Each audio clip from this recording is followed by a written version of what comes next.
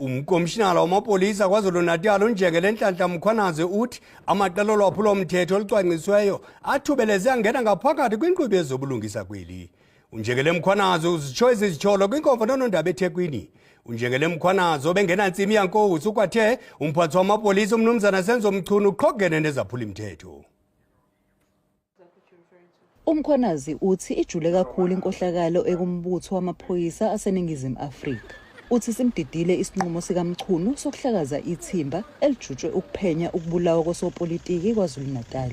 uMkhwanazi uthi ngo-2024 wathola isicelo ophikweni oluphenya ubugebengu obuhleliwe eGauteng ukusiza ophenyweni lokuhlakaza ithimba lobugebengu elizinze kulesifundazwe kodwa elisebenza ezweni lonke. uMkhwanazi uthi lolu phenyo lufakazela ukubandanyeka ezeyinkantolo ezenzweni zobugebengu. And I can confirm before the South Africans today that the investigation which these members were involved with in Gauteng has unmasked the syndicate. And this syndicate involves, amongst others, politicians who are currently serving in Parliament.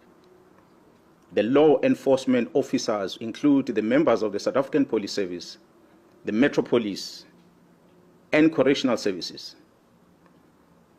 They include prosecutors in Gauteng province, the judiciary, and all these are controlled by the drug cartel as well as business people in that province of Gauteng. uMkhwanazi uphinde wasola uMchunu ngokuqamba amanga eParliament. Uthi ngoMarch kulonyaka uMchunu watshela ikomiti elibhekelele ukusebenza kwamaphoyisa ukuthi akamazi uBrian Mkhotsi waseNorth West kodwa uMkhwanazi uthi bayazana noMchunu. The minister denied on record.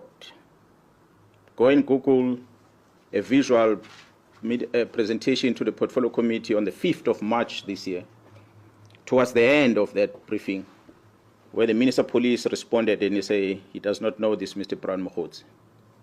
He said that in Parliament. However, the Minister confirmed that he knows this Mr. Brian Mkhotsi during a telephone conversation that he had, which was posted on X under the a handler at Load Care. This was on the 30th of March. uMkhwanazi akazange aqinisekise ukuthi likhona yini itulo lokumxosha. Uthi akakhathazekile ngokuphepha kwakhe. The safety of South Africans is in jeopardy. At least Mkhwanazi still has a firearm. He still has a men and women that he works with. He can still somehow protect himself. There are men and women